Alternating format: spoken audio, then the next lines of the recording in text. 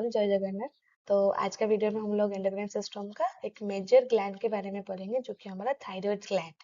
ठीक है, तो shape of the thyroid gland is just like a butterfly. कैसा दिखता है? बटरफ्लाई जैसा दिखता है। इसका वेट होता है इट्स नियर अबाउट द 30 ग्राम। ठीक है, ये जो फोटो दिख रहा है ना, एक लाइक बटरफ्लाई जैसे नहीं दिख रहा है उसका, तो वेट कितना होता है? 30 ग्राम। एंड उसका लोकेशन क्या होता है? In the neck. ठीक है, नेक में प्रेजेंट होता है यहाँ पे, and it is present on the anterior and lateral surface of the trachea just below the larynx. नेक का anterior portion में present हो रहता है and trachea का lateral surface में, कोई trachea बीच में होता है, trachea का lateral surface में होता है। यहाँ पे देखो, ये हमारा trachea होता है, trachea का lateral surface में and below the larynx।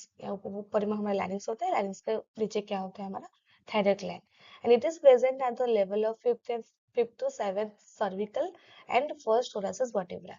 क्योंकि हमारे पास जो वर्टिब्रल कॉलम का जो होता है ना, वो पार्ट होता है, तो सर्विकल साथ होता है C1 से C7 एंड थोरासिस होता है T1 टू T12। तो कौन से पोजीशन में ये प्रेजेंट है? Fifth to seventh cervical and first thoracic vertebra. ये हो गया तुम्हारा anatomical position of the thyroid gland. There are the two lobes in the thyroid gland. Thyroid gland में कितना लोब्स होता है? दो लोब्स होता है। This is covered by the fibrous tissue and a mass of tissue that connecting the lobe is called the isthmus। ठीक है, जो दो लोब है, दो लोब कौन, मतलब इसको कौन कनेक्ट करके रखा है बीच में? देखो, इसको बोलते हैं isthmus। ठीक है, and the lobes are the pyramidal shape. ये जो एक लोब्स होता है ना, लाइक पिरामिडल शेप होता है, the blood supply and the may be extend towards the isthmus। Lobes are the pyramidal shape. जो लोब्स होता है वो पिरामिडल जैसे दिखता है, and the blood supply to this gland is high. Gland को जो ब्लड सप्लाई होता है ना, बहुत उसका हाई होता है, मतलब बहुत अच्छे से ब्लड सप्लाई होता है। The superior and inferior arteries supply the blood. ठीक है, द वेनस, वेनस क्या करता है? थायराइड वेन्स वो रिटर्न लेके जाता है blood, deoxygenated blood. And thyroid tissue is composed of 10 structural unit. Thyroid tissue में बहुत छोटा छोटा स्ट्रक्चरल यूनिट्स होता है, जिसको हम लोग क्या बोलेंगे? फॉलिकल्स। यहाँ पे पिक्चर दिख रहा है ना, ये बहुत छोटा छोटा यूनिट्स नहीं दिख रहा है, इसको हम क्या बोलते हैं? फॉलिकल्स बोलते हैं। ठीक है, each follicle is made up of simple cuboidal glandular epithelium. Follicles that made up of simple cuboidal glandular epithelium। ठीक है, and this is filled with a thick fluid called the thyroid colloid। ये जो follicles हो गया ना, ये follicles के अंदर क्या होता है? एक थिक फ्लूइड होता है, जिसको हम लोग क्या बोलते हैं? Thyroid colloid. And this colloid is produced by the follicular cell. ठीक है, क्योंकि फॉलिकुलर सेल्स के अंदर में एक फ्लूइड होता है जिसको हम लोग कोलॉइड बोलते हैं। एंड फॉलिकुलर सेल्स के बीच में क्या प्रेजेंट होता है? Para follicular cell. ठीक है, फॉलिकुलर बीच में कौन है? Para follicular cells, and that helps in the formation of calcitonin hormone. यहाँ पे और एक हार्मोन आ गया है जिसको हम क्या बोलेंगे? Calcitonin hormone. ठीक है, और एक बार रिपीट कर रही हूँ, हमारा जो थायराइड ग्लैंड है वो बटरफ्लाई लाइक शेप होता है। उसका वेट कितना होता है? About near by 30 gram. And उसके पास दो लोब्स होता है, right and left lobe. And बीच में कौन उसको अटैच कर कनेक्ट करके रखा है? इस्थमस। ठीक है, देन थायराइड ग्लैंड में जो ब्लड सप्लाई होता है बहुत हाई होता है। एंड थायराइड ग्लैंड में जो बहुत छोटा छोटा स्ट्रक्चरल यूनिट होता है जिसको हम फॉलिकल्स बोलते हैं, एंड वो follicles made up of simple cuboidal glandular epithelium. And follicles के अंदर जो थिक फ्लूइड होता है जिसको हम लोग क्या बोलेंगे? Thyroid colloid. ठीक है, देन तुम्हारा फॉलिकुलर सेल्स के बिटवीन में कौन रहता है? पैराफॉलिकुलर, जो तुम्हारा फॉर्मेशन करता है कैल्सिटोनिन हार्मोन्स।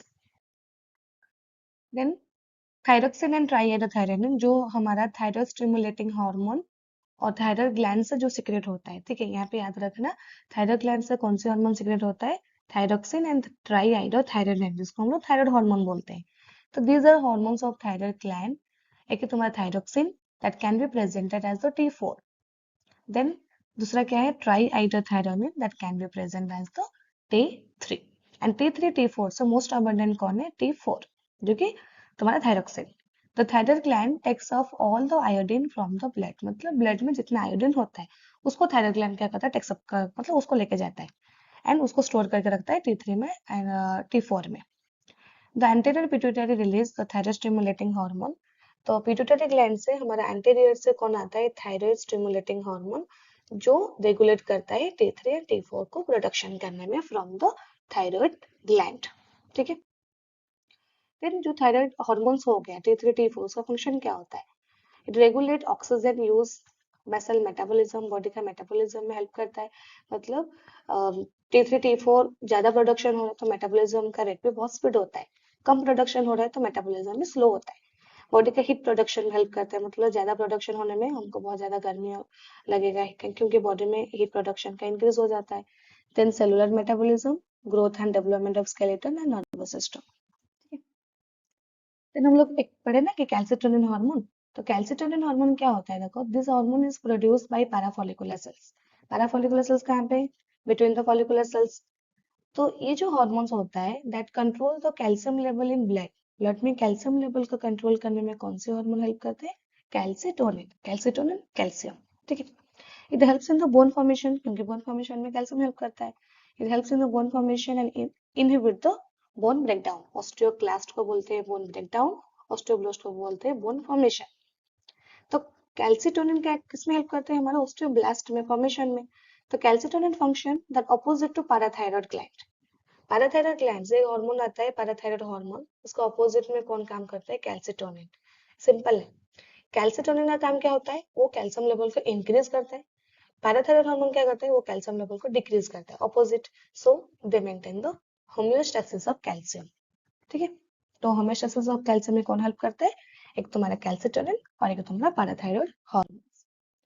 तो पैराथायरॉयड हार्मोन क्या होता है, जो कि पैराथायरॉयड ग्लैंड से आता है। And parathyroid gland present on the posterior surface of the thyroid gland. Thyroid gland पीछे साइड में, पोस्टीरियर साइड में कौन है, हमारा पैराथायरॉयड ग्लैंड, जो कि 4 to 5 पिन नंबर में प्रेजेंट रहता है। As it already seen, that is decrease the level of calcium। Parathyroid gland से कौन से हार्मोन आएगा, पैराथायरॉयड हार्मोन, जिसका फंक्शन क्या होता है, decreases the level of calcium. Its action to opposite to calcitonin. Its maintain homeostasis, parathyroid hormone stimulate. And parathyroid hormone और एक फंक्शन उसका क्या होता है, वो किडनी को स्टिमुलेट करता है टू रिलीज अनदर हार्मोन, जिसका नाम क्या होता है, कैल्सिट्राइल। एंड कैल्सिट्राइल का function, it increase absorption of the calcium from the food. वो फूड से कैल्शियम को ज्यादा अमाउंट का एब्जॉर्ब करता है।